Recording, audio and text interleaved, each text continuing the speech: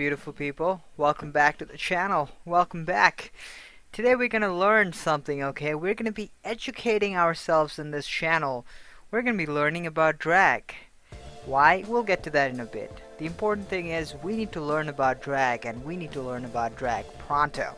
Now, I know nothing about drag, so today we're going to find out together. Since the 19th century, the term drag has been embraced by those who play with and redefine the concept of gender. Who has a thing or two to teach us about the art of drag, breaks down how the word became popular in queer communities and mainstream culture. Check out the full video. Okay, we're not going to go into no video. From its start as a theater slang in pop culture to prowess today, drag became a celebrated term while keeping its transgressive power, and the word is still evolving today. So how much do you really know about the history of drag and where it came from? According to Oxford English Dictionary, the word drag has existed since at least 1388. Ah, the good old days. You guys remember those days? Cheesy jokes and ugly broads. Way back when they had no porn. But it wasn't until the 19th century that it was used in connection to performing in clothes on a persona different from your own gender. In 1870, the Reynolds newspaper in the United Kingdom printed the word with a gender-bending context in reference to a party invitation. We shall come in drag, which means men wearing women's costumes. The definition probably originated in the theater in the late 1800s, where male performers wore petticoats to perform as women. These petticoats would drag on the floor, so they referred to dressing up as women as putting on their drags. By the 1920s, the term drag was being used by gay people. One theory is that it entered the community from Polari, a secret language born out of criminalization of homosexuality in England that drew on theater slang. And by 1927, drag was clearly linked with LGBTQ+ community. Why? Is drag a sexuality? As of right now, you've just described drag to be a form of theater. Am I missing something? A.J. Rosanov's 1927 Manual Psychiatry defined drag as an outfit of female dress worn by a homosexual, or as an actual event, a social gathering of homosexuals at which some are in a female dress. Playing with gender and performance wasn't reserved to men alone, of course. At the current century, women performed as male impersonators. A little later, the Harlem Renaissance had celebrated performances like Gladys Bentley, who wore a top hat and tails. In fact, it's possible the drag king emerged at this time. I might kill myself, this is way too big. First drag ball went in 1867. By 1932, oh man, there's so much to learn. Okay, I'll read this in my free time. You guys, you can see the link. Google this and learn this, okay? This is fairly important and you need to learn this pronto. Why? Because very soon your kids are gonna start asking you about drag and you better have some good answers. You don't believe me? Check this out.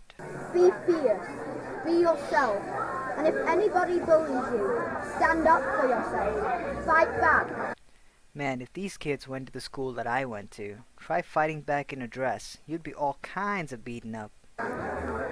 Make me president.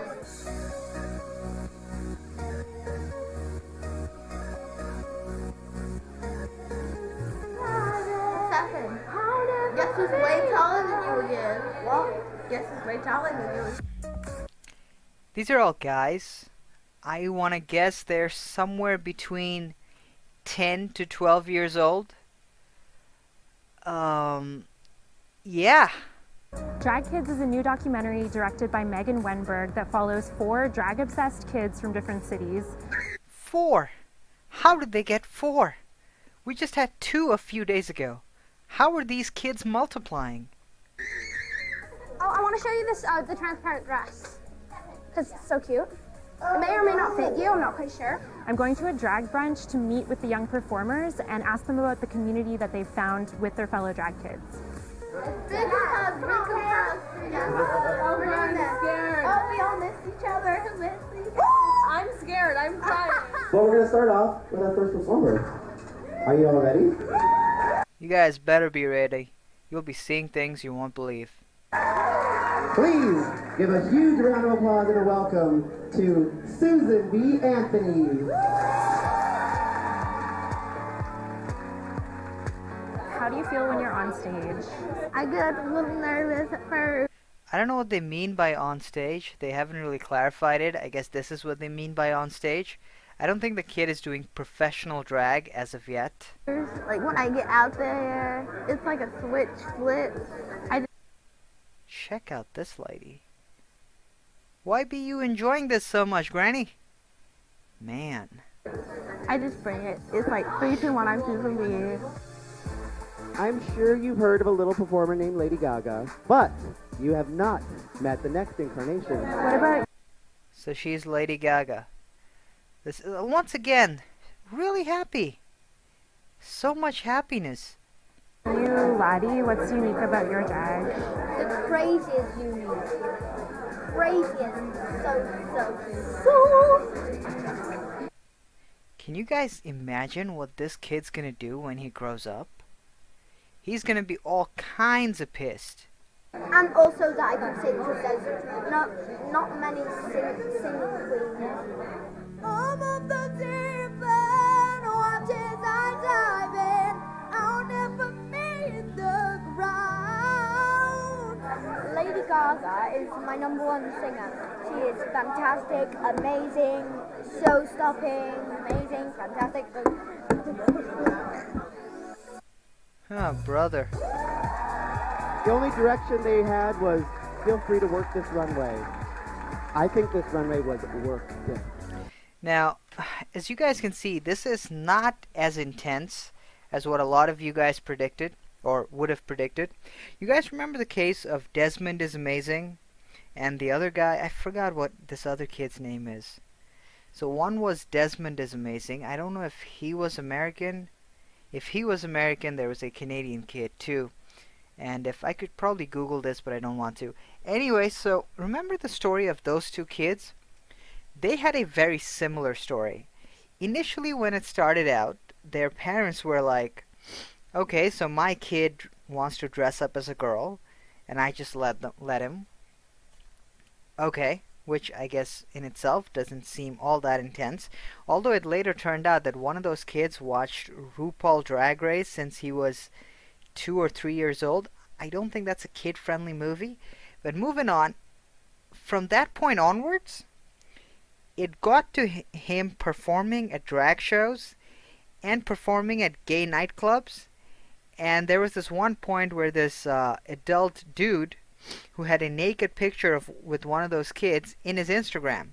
Now, I can't really show pictures of those guys, nor do I want to here, because I don't want to contribute to this. So as of right now, these kids, it doesn't seem like they're there. But are they going to get there? I don't know. The other two kids got there, and I don't think their parents got into any sort of, I don't know, the state doesn't seem to be getting involved. As a matter of fact, if you don't play along with these things, that's when the state will get involved. Remember Drag Queen Reading Week? That got cancelled because they started hosting sexual predators.